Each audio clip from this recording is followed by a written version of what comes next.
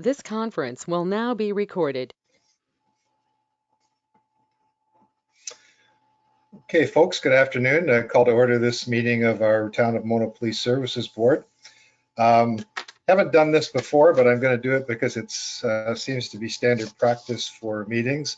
The Indigenous land acknowledgement for Mono. We'd like to begin by respectfully acknowledging that the Town of Mono resides within the traditional territory and ancestral lands of the Tianati, Atawandaron, Haudenosaunee, and Anishinaabe peoples. We also acknowledge that the Town of Mono resides within the treaty lands named under Treaty 18, the Nottawasaga Purchase of 1818. These traditional territories upon which we live and learn are steeped in rich Indigenous history and traditions. It's with this statement that we declare to honor and respect the past and present connection of Indigenous peoples with this land, its waterways and resources. Miigwech. Okay, folks, do we have any declarations of conflict or pecuniary interest today? Seeing none, moving on. Public question period. We did have some interest on one of the social media this week. Looked like we might see some people come on board, but I think maybe I answered enough of their questions on the Facebook page that they're not joining us. Do I have a motion to approve the agenda, or is there any additions or deletions to the agenda that was sent out? I'll move. Moved by John Creelman, seconded by Wayne Evans. All in favor, opposed, carried. The minutes of our last meeting, Wednesday, November 17th. Without Cheyenne, they're not as good as they should have been, but any changes, additions, or deletions to the meeting of the November 17th minutes? Okay, motion to accept the minutes of the November 17th. Wayne Evans, seconded by Creelman. All in favor, opposed, and that's carried.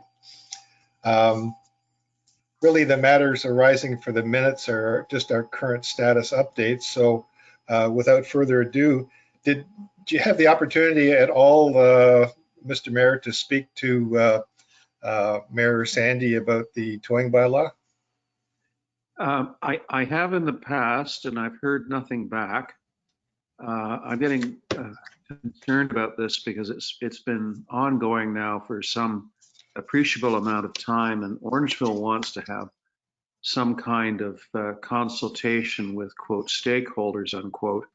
I think time is passing, and we should simply ask for a model bylaw that we can each implement. Okay, how would we go about doing that, Mr. Mayor? I will write to the mayor and remind him about how long this has been going on. Okay, any discussion? Inspector Ward, are we having any towing issues currently? You're muted. Sorry, I lost you there for a minute. I had received an email back a while ago from Mayor Brown because I had inquired the same thing where we were with this bylaw. And basically the only response I got was that they were having struggles to get it completed. So I don't have anything else to add other than that. Issues on it, no real issues. I mean, our list for police related tows is set. We've had 2 non-compliances already where we've suspended 2 people on the list for non-compliance, 30 days. Now they have 30 days to get what we say is a non-compliance up to speed. Both of them, I believe, if I'm not mistaken, were impound yards. They were towing to their own private properties. They had no impound yards, approved impound yards. So those were the 2 issues. There seems to be, we get a lot of phone calls in here to be dealt. They still don't, the towing company don't want to buy into what this new policy is all about. They want to go back to the way it used to be. And unfortunately, we're not going backwards, right? And they seem to think that the OPP are the governors of this, and it's not us. We only have our policy in place dealing with police related tows. right? So that they seem to think that we are the ones that are dealing with all the towing industry throughout the province of Ontario, and we're not. So trying to educate them has been a challenge as well. But from the officer standpoint, it seems to be going okay. Very good. Mr. Mayor. Terry, do we have any update as to the progress being made by the province in rolling out its licensing and enforcement regime? Because that would be sort of parallel to anything that we do locally. Yeah, I'll answer that, Mr. Mayor, through the chair. I have not received any information at all in regards to that. Because it looked very promising, in fact, surprisingly so, when it was announced. And I think there was maybe a misunderstanding in as much as our efforts slackened with the advent of the province's announcement. I think believing that maybe they were taking care of the issue for us.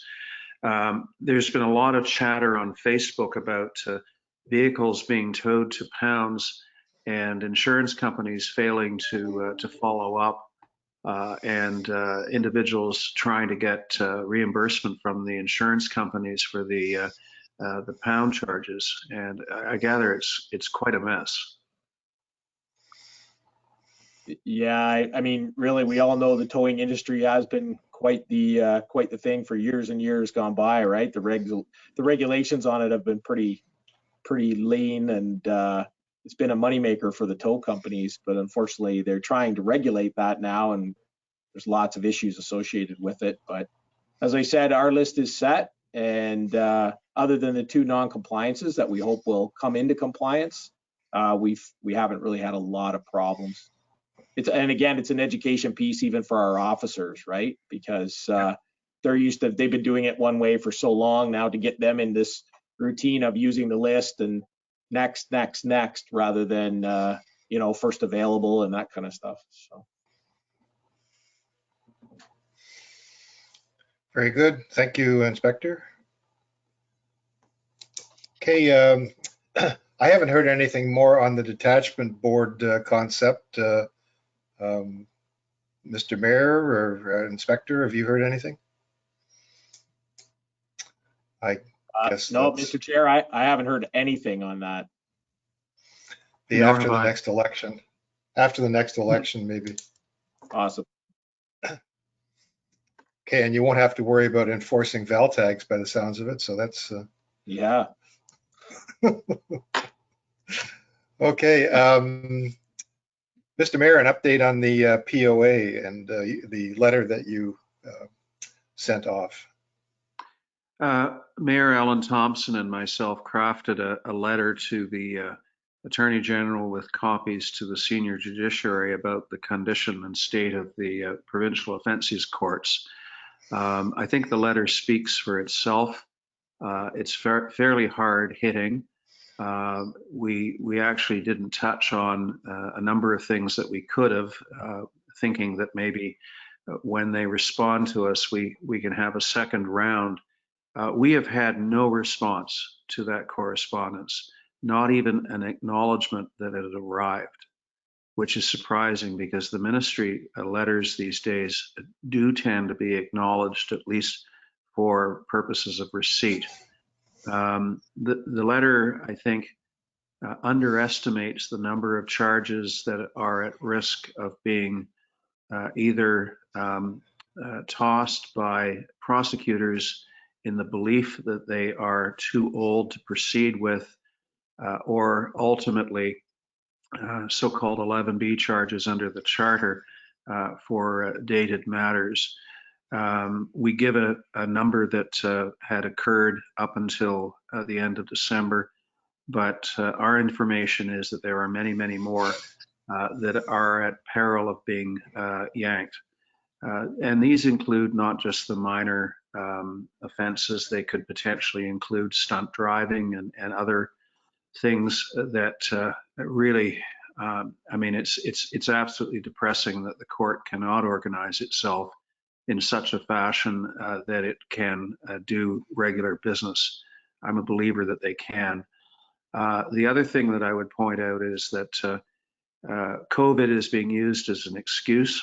They're hiding behind it, and they're also hiding behind the excuse that there are too many vacancies in the Justice of the Peace bench. Well, that's just poor planning. Currently, my understanding is there's 45 vacancies out of approximately 315 justices of the peace province-wide. We have 11 vacancies in Central West alone out of a bench strength in the range of 62, 63. We're at the point where, short of using the so-called per diem justices who are retired justices, the courts are hard pressed to open even the criminal side, let alone the POA side. So something has to give, something has to be done, and I hope that the Attorney General is using his time to come up with some solutions, and we have given him in the letter a number of ideas that we believe will speed up the process. I'll just end by saying that from a municipal standpoint, this is occurring province-wide. It's not simply Central West, and it's not simply Dufferin County, town of Caledon. And I would suggest that our POA revenue has absolutely cratered. We're down to an estimate of this year of the range of 65,000 when it was running as high as 150,000. And that's all as a result of this chaos in our POA courts.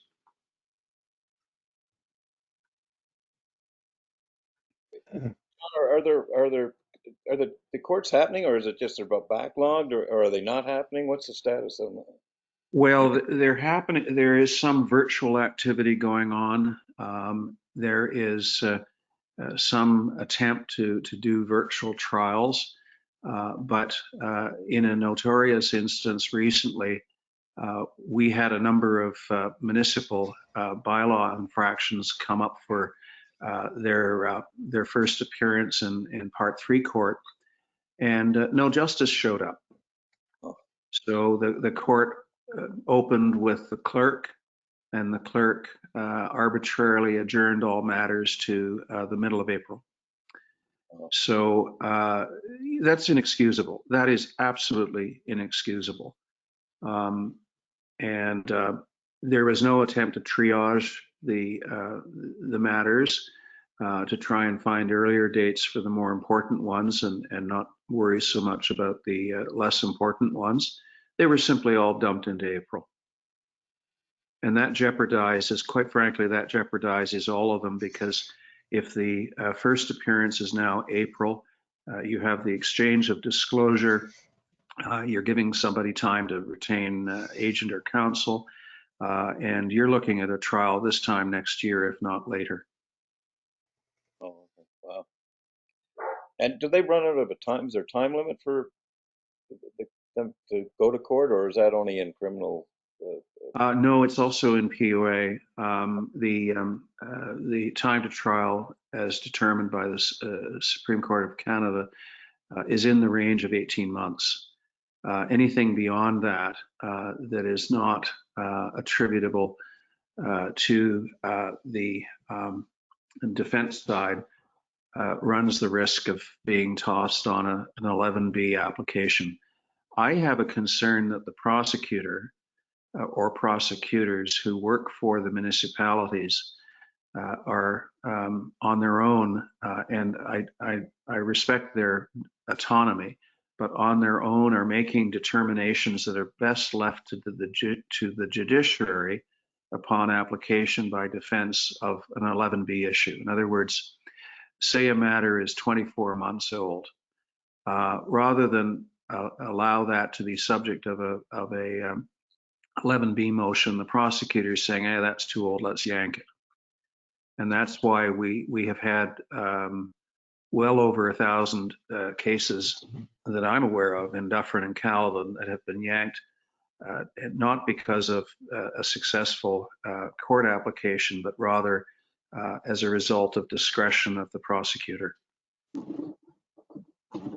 And I'm sure that, Terry, your officers are shall we say, disturbed, to put it mildly, when that happens.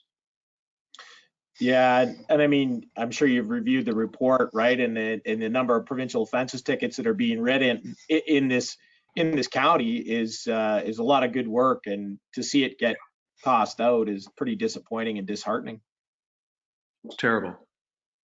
Terry, I have a question for you, if I can, and that is one of the issues that I bumped into when I was on the bench was you would have an officer retire and then either sometimes be available for trial work post-retirement. They'd come back for a particular trial, or their scheduling would be done in such a fashion that they could wrap up some or all of their pending trials prior to retirement. What's the policy in that regard? Because there's another potential wrinkle in this if we have officers transferring or retiring and being unavailable for trials that now are being pushed off into who knows when, the next century for all I know. Yep. So they any of the ones that retire, they still go under subpoena, right? So they're still required to attend, and they submit an hourly and get an hourly rate. So they get paid. They still get paid to come back to court. Oh, good. And there's no pushing back on that, because I realize that they're all subpoenaed, but yeah, no, I haven't seen any. I haven't seen anybody that that gives pushback. I mean, most of the officers that retire and come back, there's no issues. They'll come back. They know it's coming. They'll come back freely and give evidence. And then I mean, their notebooks are held at the detachment or at GHQ anyway, right? So that they're the property of the OPP. So it's easy to get their notes and carry on from there. Okay, that's good to know. Thank you. I have about 10 murder cases that are based on DNA that could come back, and I have to testify at any time if they do any cold case research on it. So there was one that was actually made the paper a couple weeks ago. It was a very gruesome blood spattered homicide on Joseph Street in Toronto. That was my case, and they're still trying to investigate that. So if they finally get the guy, I gotta go and testify how I collected the blood samples, et cetera, et cetera. So it's all part of the game, and it's also a good excuse for me when I get my jury duty requests. I'm able to beat that on every case. Most recently here in Dufferin. Okay, we don't want to bother you, Mr. Walker. Thank you. Said you wouldn't want me anyway. Okay. Any other discussion on provincial offenses? Mike, if I could just add that we have circulated the letter to every municipality we can think of in Ontario, looking for support. And we're beginning to get letters back from municipalities, quite frankly, I've never heard of before, endorsing the letter. And hopefully we are building up some kind of momentum that the attorney and the courts have no other choice but to sit down with us and brainstorm solutions. I looked at the list that you had on the CC list there, and there's two others that I would suggest might be worth sending it to. One would be the Ontario Association of Police Service Boards, because the police service boards would have vested interest in whether the income was coming back to the municipality, and might be able to create some friction there. And the other is the Ontario Association of Chiefs of Police, and as an information in case they're not aware of what's going on. So that would be two more if you want to do another 2.92 stamps. It's worth it, I think. Well, as I say, I think it's significant that they have not responded. I mean, if it was simply me, I could understand that. But with Alan Thompson signing on, he's chair of Roma, and of course to be reckoned with. Good. So that's two forces to be reckoned with. Sign the letter. Okay. You're too kind. Yes. Shan, your false alarm report. Hi, everyone. So I did a total of all the alarms for 2021, and there was 54. Letters up until the fourth quarter have all been sent out and mailed. Fourth quarter, we had actually 30 of the 54 alarms took place between September and December, and I'm working on sending those letters out by next week. Any questions? From the comfort of her bedroom. We're renovating. Can't hear them? No. Any questions on for the last year? Because it's gone, we did 12 months. Like we changed it to be at 12 months. I just kept the data for January to December and didn't actually break it down to up until today. But still ironic that there was 30 of them from September to December. Out of the whole year was only 54. Wow. Okay. Motion to accept the alarm report. John, seconded by Wayne. All in favor? Opposed? And that's carried. Now, for the big show, Chief Ward. The big show. Wasn't that a wrestler? No, it was Sky Low Low and Whipper Watson. I knew Whipper Watson. And what was the other one? Sweet Daddy Siki. He actually lived in our division. He lived right off of Dufferin Street. Anyhow. Okay. We will do the fourth quarter report for 2021, and with that, more of a summary of the year itself. I'm sure you've all had a chance to review it, so I'm only going to kind of breach on a few things that I see, and if there's any questions, by all means, and we'll go from there. So we'll start in for the billing summary report. Some of the things right off the hop, it's nice to see that there for this quarter, there was quite a reduction in the violent crime from 579 hours down to 273. So it's nice to see that reduction, obviously. When we go into the property crimes violations, that's where we start to see the increase. An increase in theft unders, a huge increase in the theft under drive-offs. And as we can see, the increase in traffic and with people moving, unfortunately, the gasoline drive-offs, and something we talked about around the office, I'm sure everyone's talked about it, down in the States, they have that prepay at the pump, right? And I don't know if we'll ever see that come into Ontario, but it would definitely lower those gas drive-offs, that's for sure. Actually, we did have a deep... Actually, I go through over here on Highway 10, just south of 25. They've started that, the pay at the pump before they've started that. I guess they just had too many drive-offs there on Highway 10. Well, it would definitely bring that down.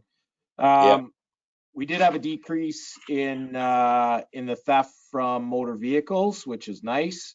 And overall, as you can see for the year to date, 17 in 2020 and 9 in 2021. Continuing down and looking at more the year to date, we look at the frauds, and again, we all know that senior frauds are big right now. They're putting the push on internet and telephone and all that stuff, and it's kind of sad. And I go to a personal experience of my own mom who thought she was pretty computer savvy, and if I hadn't interceded, she would have got duped for a bit of money herself, right? It was all off of Facebook, and they were able to mimic a friend of hers, and she thought she was dealing with someone that she knew, and it turned out not to be.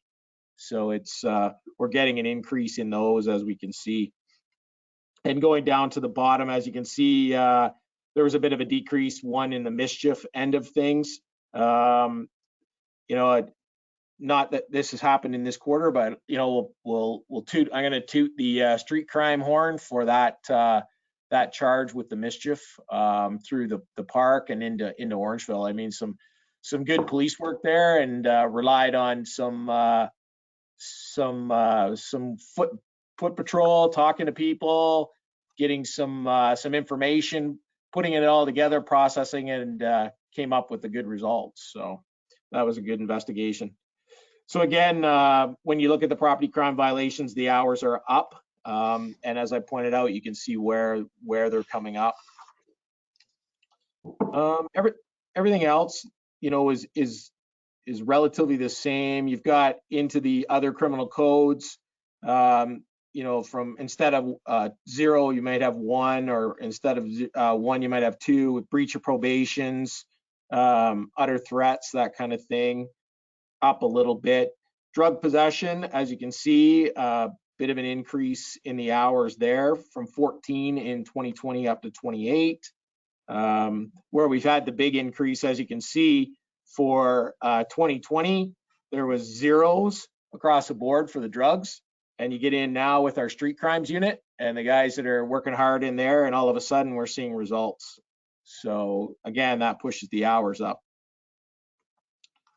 Moving on, again, minimal decrease, but trespass to properties, right? In 2020, there was 35, 30 in 2021.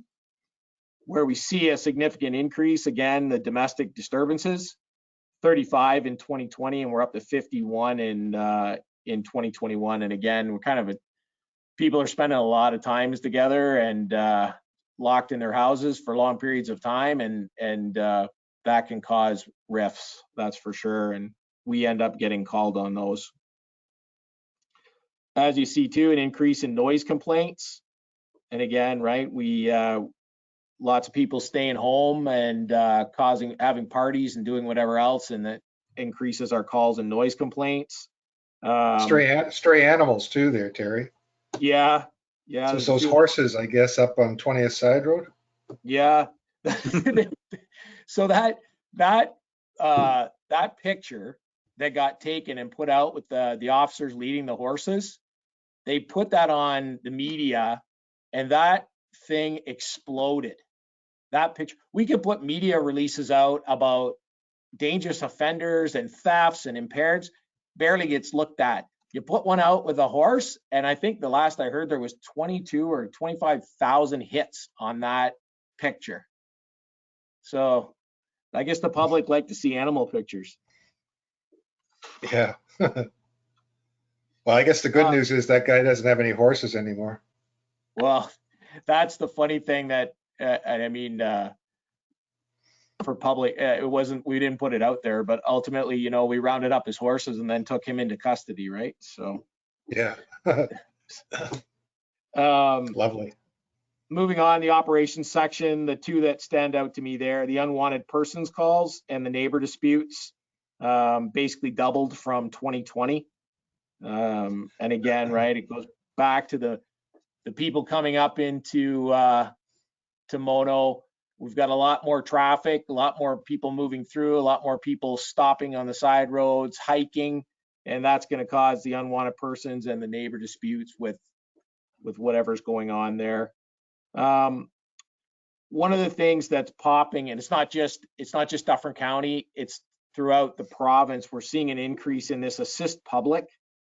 And as you can see, in 2020, there was 119, and we're up to 191. And those calls are kind of a catch-all. We get a lot of phone calls into the office. You know, what's the weather like? What's the traffic like? And we have to put them somewhere. So they end up being put into this assist public. So as you can see, we've had an increase in those calls to the officers, looking for directions, looking for different things. And we try to educate, you know, don't call the police for these issues, the minor things. That's what, you know, Dr. Google's good for that stuff now, but we still get those increased phone calls. So that's what you'll see an increase in there. Just Terry, on that, isn't 3.7 pretty high weight for an assist the public call? So funny you say that, Mr. Chair. So I called municipal policing today because I see this and I'm like, okay, wait a minute. So I called what their response to me was, and again, I don't set those, but what they remind the municipalities is it's a rolling average based on 4 years. So what you see there is not what you're paying, because it's rolled out over a 4-year process. So I can't speak to the standard time and how they come. I mean, obviously they come up with that over a projected period of time, right? So Sure, yeah, whatever. whatever. So that obviously caused an increase there too, some of those calls. And as you can see, the family disputes as well, a little bit of an uptake in there too, from 16 up to 25.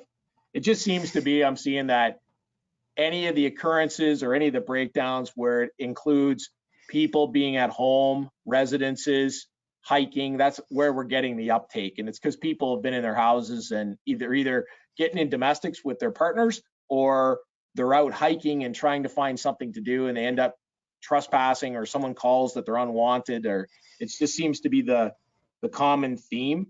I mean, we're lucky if you go back to the violent crimes, that's down. So that's kind of a saving grace there. Operational 2 into the false alarms, the 911s, overall, they were down. Last year there was 235 hours, this year 179. So it's good to see that those are coming down. And again, our road collisions in Mono are down as well. Again, the hours 497 to 455, and you'll see further on that the actual numbers of collisions were down. So that's a good sign as well. Going into the reports, as you can see, violent crime is down for the year, obviously 52.8%. Nice to see. Property crimes, which we talked about, is up 33%. And a lot of those, as you can see, are into the theft unders, which on this form incorporates all those thefts of gases, right? Drug crime, again, right? You look at it and you go, holy crap, 300% increase, but it you know, instead of one call, you had 4. So that's where the 3 go up. Next, we go into, this is the charge count for the county. So it's just broken down, but the number I look at the end is, you know, for the fourth quarter, our officers laid a total of 2,396 charges throughout Dufferin County. So that's, to me, that's a lot of work and a lot of good effort and good police work being done there. And then we go back to what Mayor Krillman talked about with how many of those are actually going to go through the court system. Traffic file control registry, as you can see, we won't go through all these unless there's a question, but all the motor vehicle collisions for the last 3 months, where the locations was and what the primary cause. We're seeing again a lot of animal movement, right, which are causing collisions.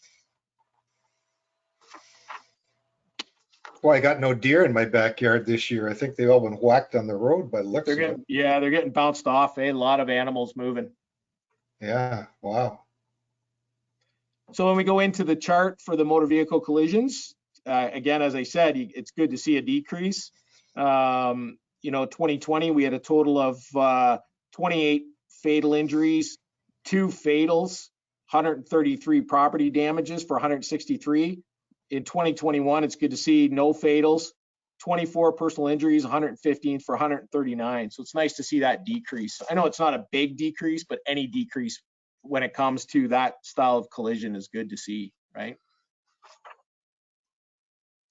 Moving into the charges. So we have the part 3s. As you can see, again, I'll just go down to the totals for the year. It's nice to see an increase, 374 in 2020 and 386 in 2021. And then where you see the good increase into the part 1s, right? The 2,144, and this year officers laid 3,487 part 1 charges in your municipality. So a lot of good work being done there, and a lot of good work being done by Larry, as you know. And those Orangeville cars that like to drive up and into Mono, which is good. Yeah. Yeah. I can't put electric fence around the place, so. No, good. Perfect. I actually see them on my street. Yeah, well, that's good. And again, right, I'm big on visibility. Like I want the cruiser, I want the black and whites to be seen out there, because that's our job. So anyway, again, this is Larry's enhancement analytics, as you can see there. A lot of good work being done there. And as you can see, he had quite an increase, almost 500 tickets more this year. And again, just a breakdown of Larry's analytics. More analytics of Larry. It's becoming the Larry show. Hope he's happy. Larry is very happy. You give him everything he needs. Like if he needs, does he have a new is, car or anything, or is he? He is. I'll tell you, if I could take his energy and enthusiasm for the job after 40 some years and pump it into some of our new people, I mean, that guy's a machine, right? Like, man, I hope we can hang on to him as long as we can. I hear he's running for mayor of Mono. Well, that's okay. Maybe We'll get John mayor. out writing tickets then. No, he lives in Orangeville, so he can't run. Unless he owns the piece of property here. Yeah. Well, who knows, eh? False alarm report, which Cheyenne talked about. They're all listed there for the quarter. Just a little, some nice to know stats based out of our action plan. As you can see, trouble with youth occurrences, we did 10 for the year. Mental health occurrences within the community was 33. Well-being checks, we had 20. Impaired driving, 10. And then the ride grants, there were 652 vehicles checked during the ride periods, and then 4 distracted driving charges. And then last but not least, just a couple of good notes for the detachment, right? We pulled together a couple times as a team. It's nice to see. Movember, we put a team together and raised $3,490 for men's health. I thought that was pretty phenomenal. And then over the Christmas period, we did the Toys for Tots. And again, $6,827 in cash and $1,400 in gift cards were accumulated. So again, some really good work. So barring any questions, that's the fourth quarter report for 2021. Okay, let me start off with a couple questions. How's your staffing levels? Are you pretty close to where you need to be right now, or how are you doing? Yeah, we probably have the best staffing levels in the region right now. We have a few people out on some temporary assignments, but for the most part, we haven't been affected by COVID, anything like that, holidays, illness, sickness. We're in good standing. I believe, if I didn't check it, but I think we're around the 90% availability for frontline. So we're in good standings right now. Okay, and I can't remember, who's your ops manager now in Primrose? So Derek Banks, Staff Sergeant Derek Banks, is in as an interim operations manager. Derek was our emergency response team coordinator for the past year, and he's now come here for 3 months interim to get some more development. And Derek's doing a good job, and everyone seems to really like him, and he's fitting in well. So you'll get to meet him sooner than later. Yeah, hopefully on good good times. One final question was with respect to the Black Cat. I guess it's with winter, it's probably not out because of the lack of sunshine. We can't deploy those because the cold weather kills the battery. So Right. where we need 3 days of data to get the analytics, the batteries die after 1 day. So Right. they're a fair weather machine. So come spring, we'll have them back out and running. Perfect. Gentlemen, any questions for the inspector? Mayor Creelman. Just on the Black Cat, we've had continued interest from a particular resident, but possibly others on the Mono-Agila town line. So just to put that on the radar. But you have on the radar. That's a good one. Yeah, I know. But you have so many different locations you could exercise the cat. I just want to compliment you on the very quick work that you did, and effective work on apprehension of somebody who, of course, is presumed innocent until proven guilty on the vandalism at Island Lake Park. You should probably know that we received at council last night an estimate that to remove that graffiti will cost anywhere between $1,500 to $2,500. So if in this case moving along, if there is a plea or a conviction, I would hope that just say this out loud, I hope the court looks at the notion of restitution. So, Mayor, have you forwarded that, or if you haven't, can you forward the estimation to me, and I'll forward it to the investigating officer to put into the Crown brief, so when it goes before the courts, they'll have that restitution piece right there in front of them, that they'll know what it's going to cost. I'd be delighted to do that. We just found out last night. Okay, perfect. Yeah, if you can email that to me, I'll make sure it gets put into the court brief. And that, again, right, I'm going to pump the tires of my officers and the street crime unit, though they grabbed right onto that.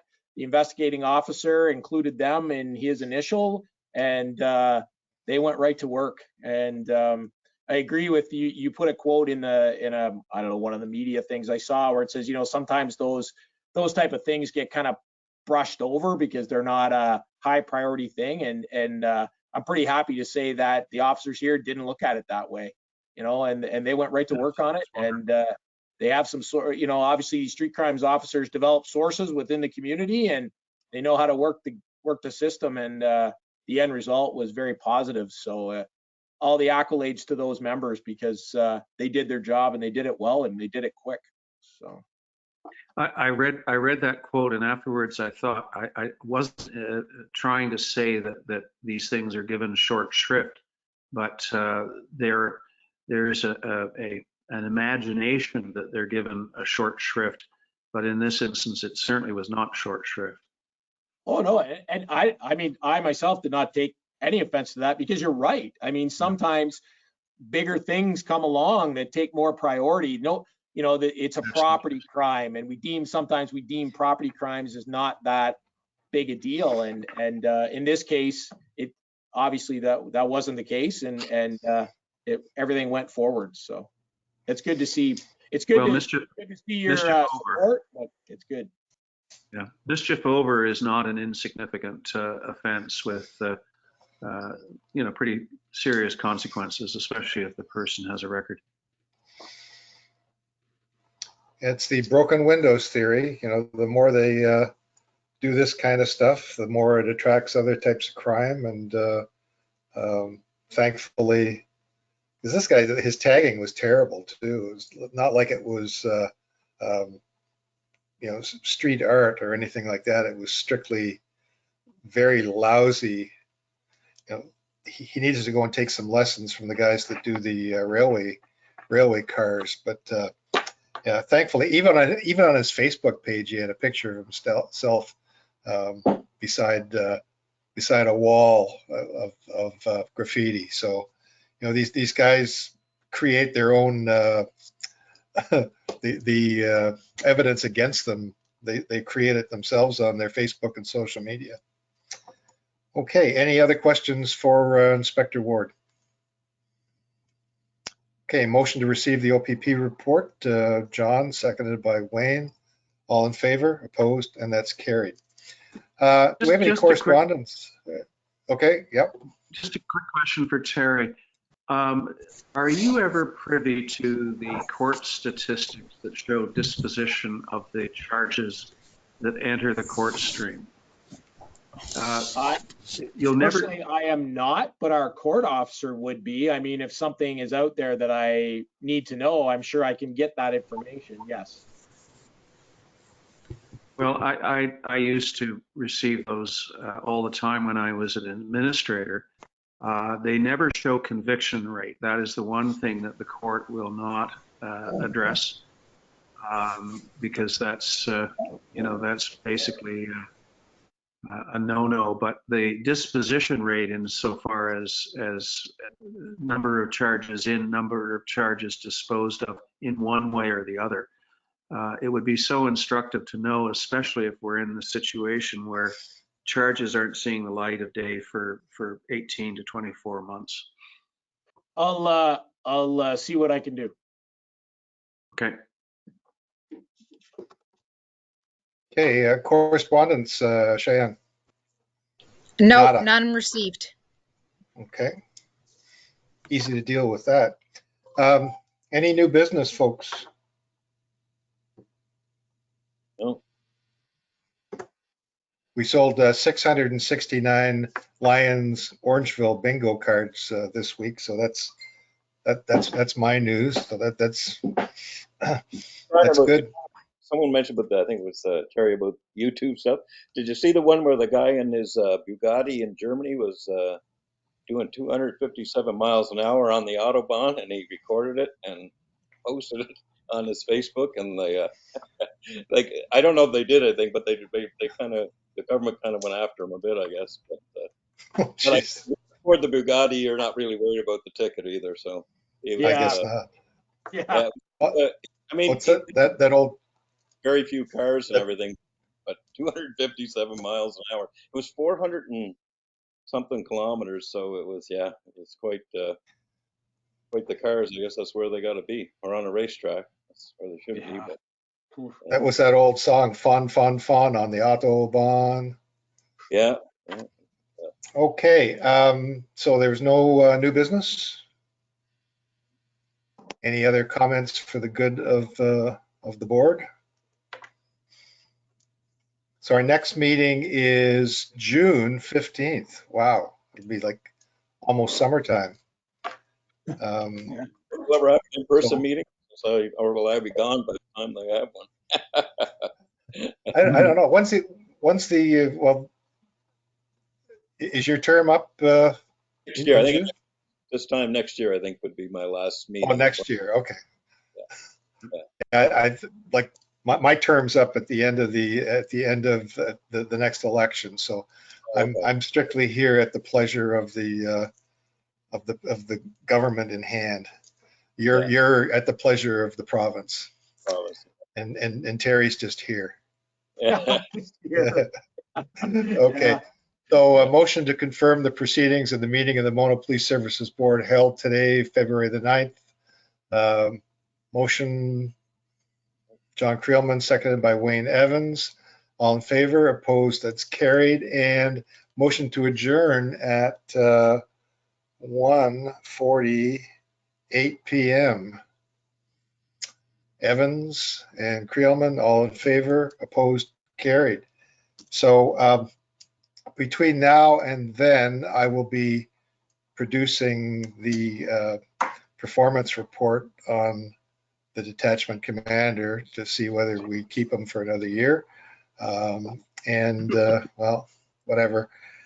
And I'd also like to announce that Inspector Ward's coming for dinner to my Lions Club on March 24th, and we're going to make sure that we have a lovely meal for him. And Yes. we're looking for new members. So maybe Wayne, if you want to become a Lion, you can come to the meeting on the 24th. And John, you could be a Lion too. And Cheyenne, you live in Shelburne, you could be a Lion. So anyway, so I declare this meeting adjourned, and we'll see you all on the streets, and have a lovely late winter.